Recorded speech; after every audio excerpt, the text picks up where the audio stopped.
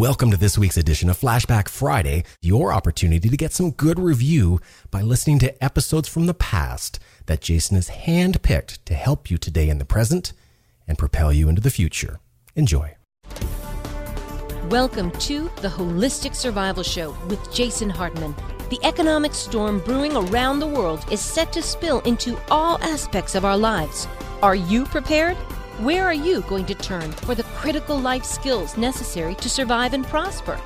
The Holistic Survival Show is your family's insurance for a better life. Jason will teach you to think independently, to understand threats, and how to create the ultimate action plan. Sudden change or worst case scenario, you'll be ready. Welcome to Holistic Survival, your key resource for protecting the people, places, and profits you care about in uncertain times. Ladies and gentlemen, your host, Jason Hartman. Welcome to the Holistic Survival Show. This is your host, Jason Hartman, where we talk about protecting the people, places, and profits you care about in these uncertain times. We have a great interview for you today, and we will be back with that in less than 60 seconds on the Holistic Survival Show. And by the way, be sure to visit our website at holisticsurvival.com. You can subscribe to our blog, which is totally free, has loads of great information, and there's just a lot of good content for you on the site. So make sure you take advantage of that at holisticsurvival.com. We'll be right back. What's great about the shows you'll find on jasonhartman.com is that if you want to learn about some cool new investor software, there's a show for that. If you want to learn why Rome fell, Hitler rose, and Enron failed, there's a show for that. If you want to know about property evaluation technology on the iPhone, there's a show for that. And if you'd like to know how to make millions with mobile homes, there's even a show for that. Yep, there's a show for just about anything. Only from jasonhartman.com. Or type in Jason Hartman in the iTunes store. It's my pleasure to welcome Dr. Erica Kosal to the show. She is the author of a book entitled Miracles for Daddy, a family's inspirational fight against a modern medical Goliath. Erica, welcome. How are you? I'm doing well, thank you. Well, good. You're coming to us from Raleigh, North Carolina, I believe? That's right. Fantastic. Well, tell us a little bit about what caused you to write this book and your story with your husband's illness and overcoming it. Well, when my husband got very, very ill to the point that he was in the hospital and we weren't even sure if he was going to survive or not, and some of the physicians there had given us 6 months to live, I started writing on just a web page to let our friends and family know about Jim's condition, who lived, in Michigan and Alabama and Singapore and all over the world. And as I started writing about him and hearing people's responses to Jim, I realized how helpful it was for me to write it, but more importantly, how people responded to Jim's story and how inspirational he was. And here he was, not only surviving when the doctor said he wouldn't, he was able to go back to work for a year. It turned out to be a year, and he was just doing some really amazing things. And so I thought, you know what?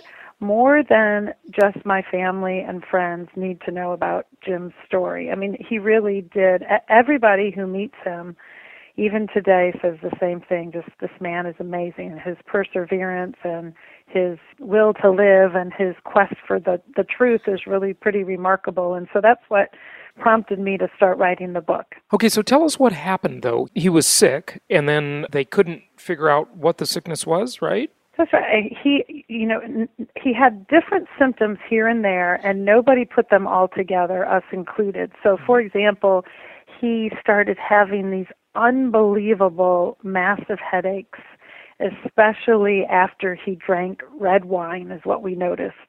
And we just decided he was getting older, and we heard that your alcohol, so we thought, okay, that's that. And then he started to have a really awful crick in his neck, and he saw a chiropractor, and the chiropractor was trying to fix that, and we just, sort of assumed he was sleeping incorrectly, and he got a special pillow and all of this. And then he started having some flu-like symptoms, and that was sort of, again, something was going around work, and lots of other people were sick, and so same thing. We just sort of wrote that off as everybody's sick. It's that time of year. And the thing that really started getting us to take things seriously was when Jim was having fasciculation, which is when your neurons start randomly firing. And then he was starting to have trouble twisting off bottle caps and cramping really bad, like Charlie horses, and his whole body would seize up. And then he got to the point where he was so tired, he would literally stumble into our front door after a day of work and make it to the couch, where he would crash and he would fall asleep until I would go over there and kind of wake him up so he could eat dinner, and then he would stumble up the stairs and crash in the bed until the next day and then go back to work. I mean, it was just crazy. Okay, so how old was he at this time? At this time, he was 49. Okay, and what were you going to say about alcohol and getting older and the red wine issue? What did we find out about that? Well, no, what were you going to say about it? Because you just assumed that, like, tolerance to alcohol goes down as you age. Is that what you were going to say? Yeah, so we had just done a little bit of, sort of a Google search, I guess probably the way most people would. And Jim had learned that as you get older, your body, for some people, has a harder time breaking down alcohol. And we even went to a local Whole Foods store, and they sold these, like, supplemental tablets that supposedly would help your body deal with the alcohol the same way that, like, if you're lactose intolerant, you can take something before you eat ice cream. Yeah. Hey, I think the listeners would like to know, what are those called anyway? Do you remember? I do not know. Okay. All right. Well, there is such a thing, so that's interesting. Yeah, there is. I remember the tablets, and it didn't help Jim. But, yeah, we just, again, it was easy to write off most of these things as just kind of getting older or working hard or just, needing a vacation. Got it. Okay, so he was 49 at that time, and then you started in with the medical community probably, and when was he finally diagnosed given the proper diagnosis? Oh, the proper diagnosis was probably close to almost 2 years later. Wow. Yes. That's amazing. Yes, and the thing that's so frustrating to us is he used to play golf all the time and would get tick bites all the time and would come home with ticks on his body, and we would take them off. And this one time in particular that I talk about in the book, because it was such a turning point, and I wish we could go back in time, but he had taken a tick off of his right hip. And the next day he got out of the shower and he said, "Look at this, Erica." And he had this rash on his right hip, and it was a streaky rash. And I just very plainly said, "Oh, it's not a bullseye rash. It can't be Lyme disease." Good. I'm sure it's just your body's sensitive. And, we didn't think much about it. And I think, gosh, if we only knew, that any rash is bad. Well, so what difference would it have made? Would there have been a treatment you could have done right after the fact that would have changed things potentially? Potentially, he certainly would have gotten antibiotics sooner. And, you never know how much bacteria was already in his system and how long the bacteria was in his system. So you never really know if it would have gotten rid of his problem on the front end and we wouldn't be in the mess that we're in now. But we certainly would have been aware of Lyme and would have gotten more help in the Lyme literate physicians on our team much, much more early in the story. And therefore, I can only assume that Jim would be in better physical shape at this point. Right. So what happened after the diagnosis and the proper diagnosis 2 years into it? And, do you consider him cured? No, gosh, okay. no. Okay, Unfortunately, so just not treated. at all. This is something you don't cure, you treat. Well, yeah, and actually our vet was so helpful in getting us. She recommended her physician because she had diagnosed Lyme in her dogs, and then she had been diagnosed with Lyme disease as well, and so she recommended her physician. And I remember when I was first talking with her, she used this term remission, which I thought was so odd as it referred to Lyme disease, but she and her doctor discovered that if she took 3 days worth of oral antibiotics every month, she could keep all of her symptoms at bay. And if she didn't take any antibiotics, the symptoms would start coming back. And so she used that term remission. I think Jim has still got a lot of problems. He definitely, we thought we had the Lyme bacteria on the run, but then they seem to kind of rear their ugly head again. And so he is definitely not where he needs to be. So he's got a long way to go. But I think, different people have different immune systems, different genetic predispositions, different, levels of health getting into this. And so you just have all variations out there for people who get Lyme disease. So what were some of the successes then that were used in his treatment? Well, I don't think I answered the other question you said, but it's related to this. So when Jim first got diagnosed, because he had such neurological problems, the doctor immediately plunged him into IV antibiotics for 6 months. And it was great. All of his symptoms went away, the cramping, the fasciculation. He got some vigor back. He wasn't quite so tired. He was working. All seemed well. And then when he got off of the IV antibiotics, he started having trouble again, to the point that he crashed. He was having trouble walking. He was having trouble breathing. And every time we would go to the doctors, they would say, "You're fine," because they would stick a pulse ox probe on his finger, and it would say, 100% oxygen. But it was clear he was laboring with his breath, and one night he crashed, and we ended up in the emergency room, and he had to have a tracheostomy, and he still is on the ventilator today. So we had kind of been working off the ventilator, and that was a real success in and of itself. And then he caught the flu, and then he caught some other kind of bug from our kids who are still quite young, and at the time they were even younger, and things being passed around daycare all the time. And so there was some other kind of bug that he got, and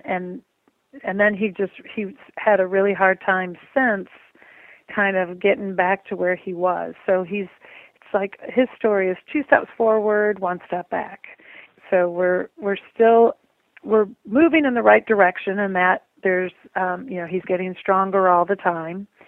However, again, if you looked at him without knowing how down he was, you would probably say, "Oh my goodness, this man is unbelievably sick." And he is, but he is definitely stronger than he was 6 months ago, for example. Yeah, that's good. That's good. Well, what lessons can listeners take away from this experience? Any action items, any, I guess maybe the first one is don't trust the medical establishment.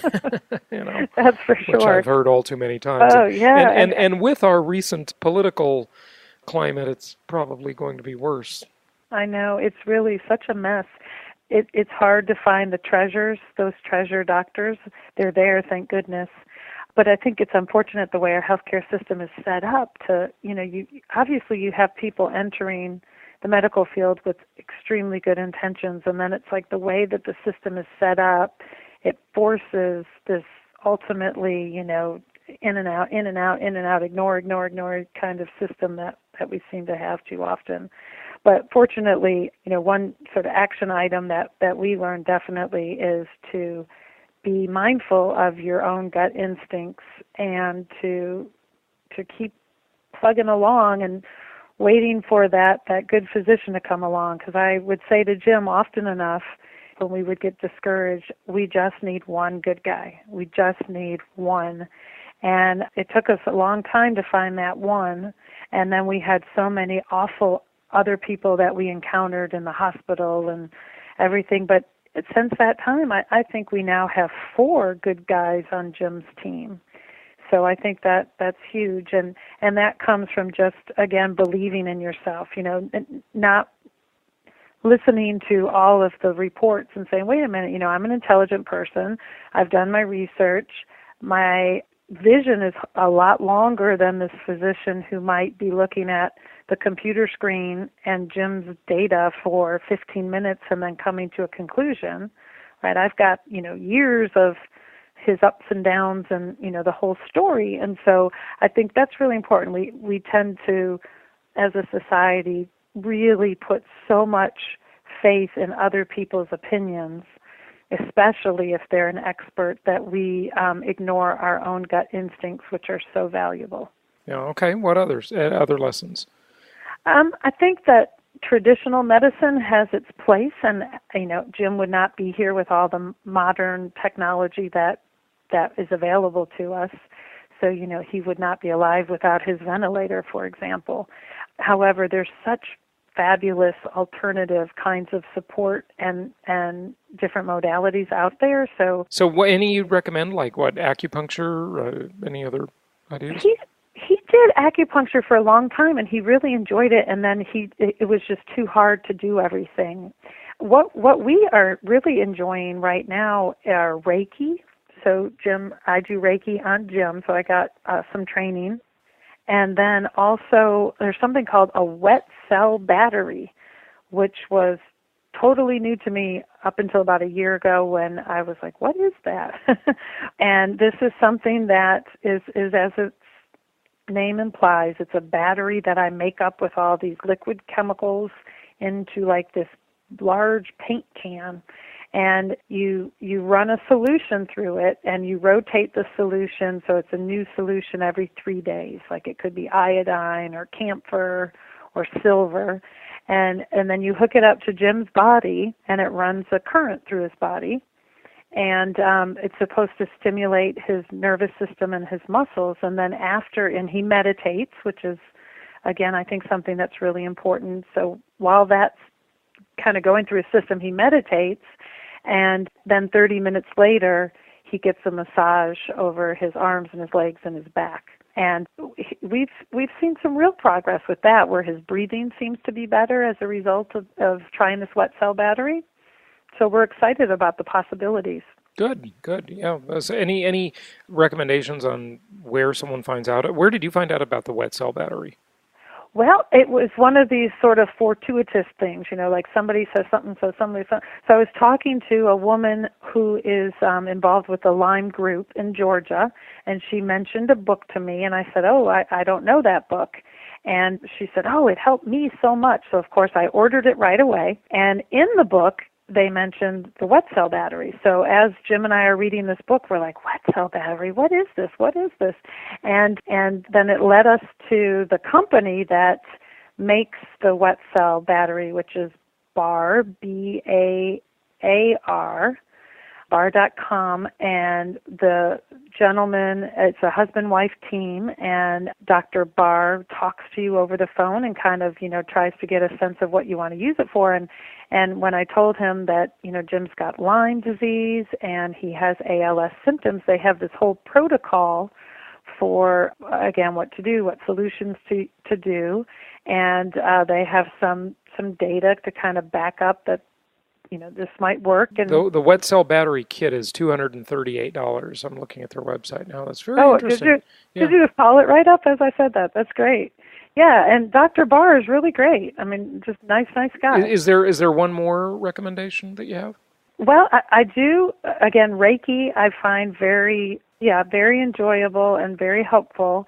And then, there really is power in meditation and or prayer, depending upon your beliefs. We have some men from church and just some good guys in the community that come over, and there's something really great about men caring for men in that kind of supportive way that women can't do. And I think likewise, women supporting women has a really special place too. And there's something about getting, these little groups together, and they're just, cutting up with each other and just, telling stories, but it's that nice connection. It's like that positive energy and that the power of feeling good, the power of the mind. Yeah, Norman Cousins, really wrote about that extensively in his famous book Anatomy of an Illness. That part about he was diagnosed in the 60s with some rare incurable blood disease. They told him he had a very short time to live, and I think he lived into the 90s or 2000s, and he did it by watching Candid Camera reruns. And I was going to say, he commented a lot on the power of laughter, Yeah, the power of laughter, very, very important, getting those endorphins flowing. So, good stuff. Well, very, very good stuff. Thank you so much for sharing this story, and give out your website. Tell people where they can find out more. Yeah, so our website is called Bounce to Resilience.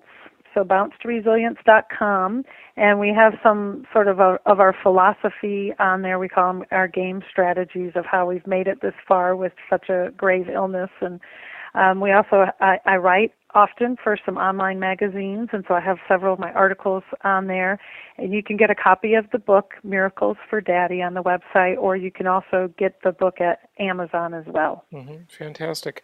Well, Dr. Erica Kosal, thank you so much for joining us today and sharing this touching story, and we wish your husband well and your family well, and keeping the faith, obviously very important. Great story. It is. Thank you so much. I really appreciate it.